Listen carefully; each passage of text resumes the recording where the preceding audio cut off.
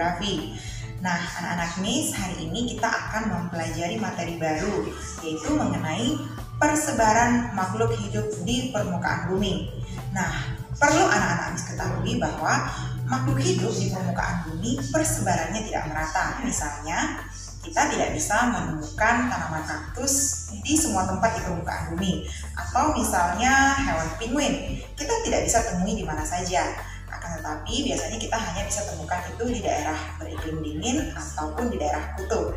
Nah, itu bisa menjadi salah satu bukti bahwa makhluk hidup di permukaan bumi sebarannya tidak merata. Nah, cabang ilmu geografi yang khusus mempelajari mengenai persebaran makhluk hidup di permukaan bumi adalah biogeografi. Nah, sekarang kita akan mau mempelajari apa-apa saja ya faktor yang membuat persebaran makhluk hidup di permukaan bumi itu tidak merata. Yang pertama, faktor klimatik, kemudian faktor edafik, faktor fisiografis, dan faktor biotik.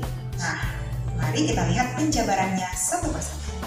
Yang pertama kita bahas mengenai faktor iklim ataupun klimatik. Setiap zona iklim di permukaan bumi memiliki komunitas makhluk hidup tertentu yang menjadi ciri khasnya. Misalnya, iklim dingin memiliki hewan khas yaitu penguin dan tumbuhan lumut. Unsur-unsur pembentuk iklim juga sangat mempengaruhi makhluk hidup di permukaan bumi. Misalnya, ada cahaya matahari, kelembaban udara, suhu, dan angin. Cahaya matahari sangat dibutuhkan oleh tumbuhan hijau untuk melakukan proses fotosintesis. Ada tumbuhan yang membutuhkan banyak sinar matahari dan ada pula yang sedikit, misalnya tanaman pakis. Yang kedua, faktor kelembaban udara.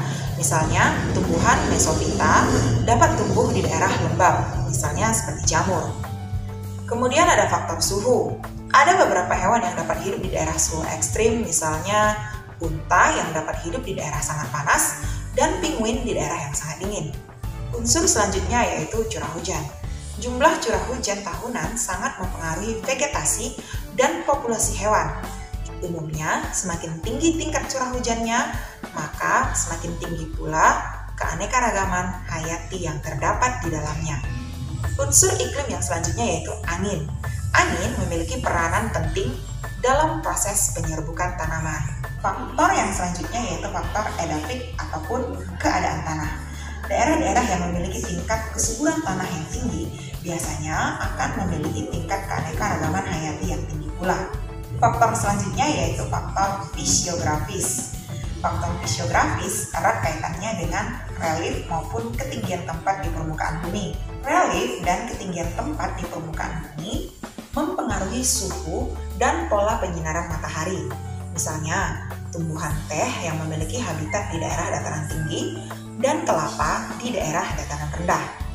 Faktor yang selanjutnya yaitu faktor biotik, yaitu faktor yang berasal dari makhluk hidup. Misalnya, manusia, hewan, dan tumbuhan.